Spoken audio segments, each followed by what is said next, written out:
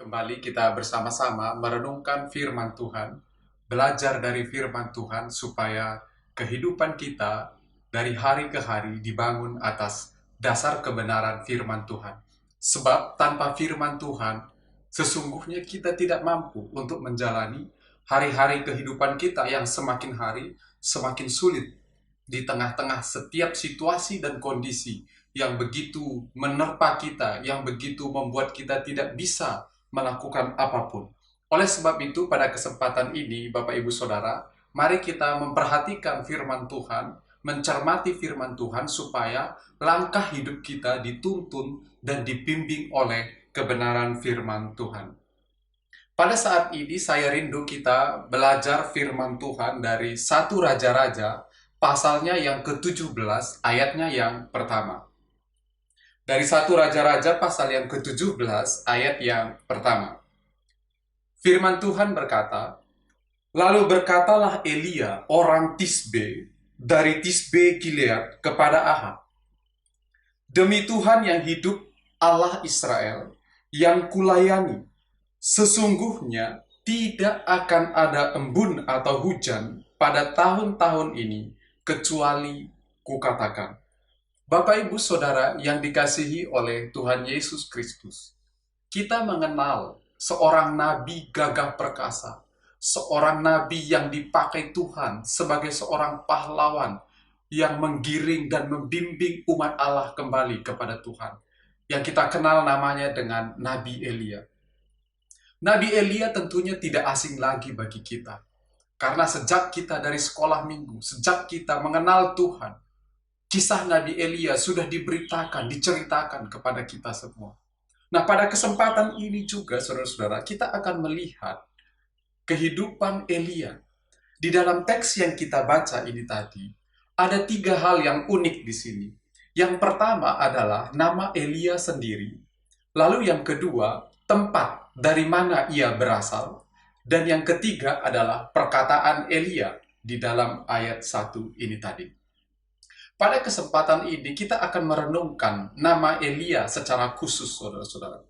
Nama Elia merupakan nama terjemahan dari bahasa Ibrani, yakni Elia. Nama Elia ini diterjemahkan ke dalam bahasa Inggris dengan Elijah.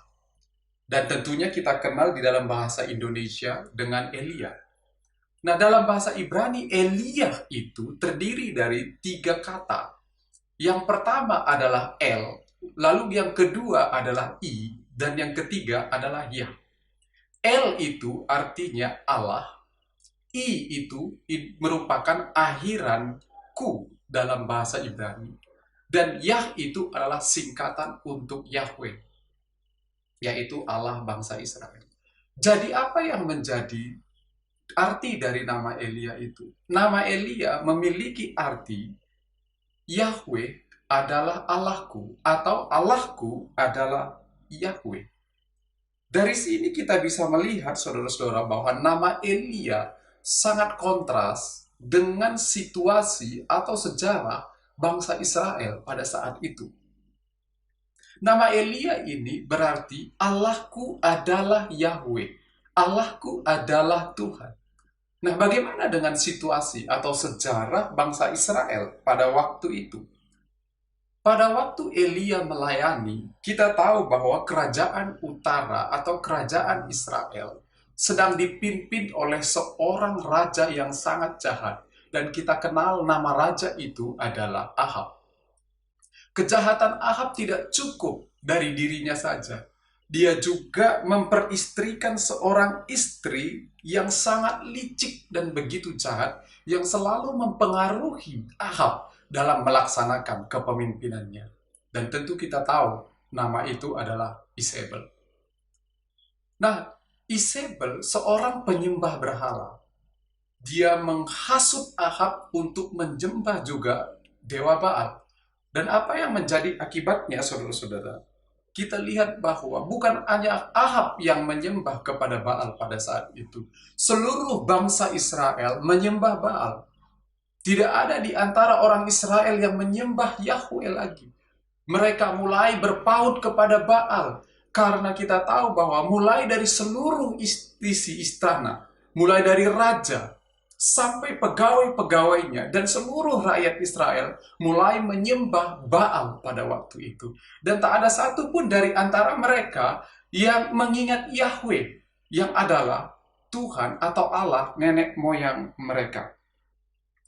Namun di sini kita memperhatikan bahwa kehadiran Elia secara tiba-tiba, kalau saudara-saudara membaca pasal sebelumnya, tidak pernah ada riwayat Elia disebutkan di sana. Namun secara tiba-tiba kita lihat Elia muncul di hadapan Ahab pada waktu itu untuk menyampaikan pesan dari Allah. Kehadiran Elia dengan namanya Allahku adalah Yahweh merupakan suatu yang kontras dengan situasi atau sejarah pada waktu itu. Elia datang ke tengah-tengah bangsa itu.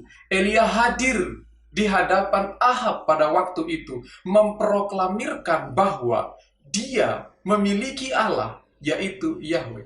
Sedang kondisi pada saat itu adalah kondisi di mana seluruh bangsa Israel menyembah kepada Baal. Tentunya ini adalah dua hal yang kontras. Elia adalah sosok yang melayani Yahweh dengan sepenuh hatinya. Dan Elia dipakai oleh Allah untuk mengungkapkan hatinya kepada bangsa Israel. Dari sini kita bisa melihat Elia dengan namanya hadir, tampil beda di tengah-tengah bangsa Israel. Saudara-saudara yang dikasihi oleh Tuhan Yesus Kristus, bagaimana kita bisa melihat di bagian ini bahwa Elia merupakan utusan dari Tuhan untuk menggiring bangsa Israel kembali kepadanya. Situasi saat itu sangat kontras dan sangat memilukan hati Tuhan karena bangsa Israel tidak peduli lagi kepada Yahweh. Tetapi Elia hadir mendeklarasikan nama Yahweh. Elia hadir memproklamasikan nama Yahweh di tengah-tengah bangsa itu. Sedangkan seluruh bangsa berpaling kepada Baal. Bapak, Ibu, Saudara yang dikasihi oleh Tuhan Yesus Kristus, di sini kita melihat bagaimana kehadiran Elia tampil beda dengan orang-orang yang ada di sekitar. Kehadiran Elia berbeda dengan orang-orang kebanyakan di sekelilingnya. Tentunya kita bisa melihat bagaimana Elia hidup tampil beda dengan orang-orang yang ada di sekeliling. Nah, saudara-saudara yang dikasihi oleh Tuhan Yesus Kristus, kita akan melihat bagaimana Allah mengerjakan pekerjaan-pekerjaan ajaib lewat hidup Elia. Tetapi salah satu kunci awal dari pelayanan Elia ini, di mana dia hadir dengan memproklamirkan nama Yahweh. Situasi sulit tidak menjadi halangan bagi Elia untuk mendeklarasikan nama Yahweh kepada umat. Situasi sulit tidak menjadi penghambat bagi Elia untuk menyampaikan pesan Allah kepada raja sekalipun, walaupun tantangan sangat besar jika dia mendapat hukuman atau ancaman bahaya dari Raja Ahab. Nah, saudara-saudara yang dikasihi oleh Tuhan Yesus Kristus, apa yang dapat kita pelajari di sini, saudara-saudara? Bahwa nama Elia itu sangat berbeda dengan situasi yang sedang dia hadapi pada waktu itu. Nah, saudaraku, saya sadar dan saya tahu semua kita dalam situasi sulit sekarang ini mengalami kekacauan. Baik itu kekacauan secara pikiran, bahkan ada yang mengalami kekacauan secara mental. Orang-orang mulai mengalami ketakutan-ketakutan yang berlebihan karena situasi dan kondisi kita yang kita alami sekarang ini. Kalau saudara mulai melihat ke depan, kapan situasi sulit ini akan berakhir? Kapan situasi sulit ini akan berhenti? Seolah-olah tidak ada harapan sama sekali. Dunia kita mulai tertutup. Dunia kita mulai diselubungi oleh awan yang pekat. Seolah-olah ketika kita ingin melangkah pun, kita mengalami ketakutan yang besar. Tetapi pada kesempatan ini, saudara-saudara, yang menjadi pembeda kita dengan orang-orang yang ada di sekeliling kita adalah kita memiliki Allah, kita mempunyai Tuhan yang hidup, kita memiliki Tuhan yang mengerti, Tuhan yang memahami seluruh situasi keadaan kita. Saudara-saudara, Dunia kita ini sekarang, kalau kita perhatikan, banyak orang sudah mengalami ketakutan. Ada orang-orang yang sudah mulai mengatur posisi kehidupan mereka ke depan bagaimana. Apa yang mereka harus lakukan. Mengalami kepanikan-kepanikan yang luar biasa. Sehingga mereka mempersiapkan segala sesuatunya. Tetapi kita, saudara-saudara, yang dikasihi oleh Tuhan, seharusnya berbeda dengan mereka. Ketika dunia menunjukkan rasa takut di tengah-tengah situasi sulit, ketika dunia menyodorkan ketakutan yang besar bagi kehidupan kita, seharusnya anak-anak Tuhan menunjukkan, anak-anak Tuhan bukan menunjukkan ketakutan, anak-anak Tuhan bukan menunjukkan kepanikan, anak-anak Tuhan bukan menunjukkan rasa cemas, sama seperti orang-orang yang tidak bertuhan. Seharusnya anak-anak Tuhan itu menunjukkan dan mendeklarasikan Tuhan yang hidup. Seharusnya anak Tuhan berkata, aku tidak perlu takut karena aku memiliki Tuhan. Seharusnya anak-anak Tuhan mengatakan bahwa mereka memiliki Allah yang hidup. Sehingga tidak ada sesuatu yang harus mereka takuti di dalam hidup ini.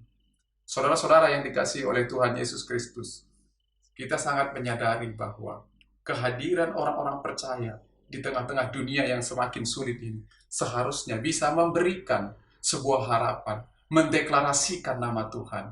Aku tidak perlu takut menghadapi ke depan. Karena apa? Karena aku memiliki Tuhan. Itu yang harus kita deklarasikan. Bagaimana dengan status kita sebagai anak Tuhan? Apakah kita memiliki kerinduan untuk mendeklarasikan Tuhan di tengah-tengah ketakutan kita? Jangan tunjukkan rasa takutmu yang berlebihan. Jangan tunjukkan rasa cemasmu yang berlebihan. Jangan tunjukkan keadaanmu yang sudah mulai terpuruk. Tetapi tunjukkanlah Tuhan di dalam hidupmu. Nyatakanlah Tuhan di dalam hidupmu. Ungkapkanlah Tuhan melalui kehidupan sehari-hari. Jika Tuhan yang mewarnai hati, pikiran, dan hidup kita, maka kita akan mampu mendeklarasikan Tuhan bagi banyak orang. Saudara-saudaraku yang dikasihi oleh Tuhan Yesus, jadilah umat-umat Tuhan yang menunjukkan kebesaran Tuhan di tengah-tengah situasi yang kita hadapi. Saya yakin Bapak Ibu Saudara, pertolongan rahmat Tuhan selalu menyertai kita. Mulai hari ini, berhentilah menunjukkan rasa takut yang berlebihan. Berhentilah menunjukkan rasa cemas yang berlebihan. Deklarasikanlah Tuhan, tunjukkanlah Tuhan kepada banyak orang, supaya engkau berbeda dengan orang-orang yang ada di sekeliling. Kiranya firman Tuhan ini menguatkan kita semua. Tuhan Yesus memberkati kita.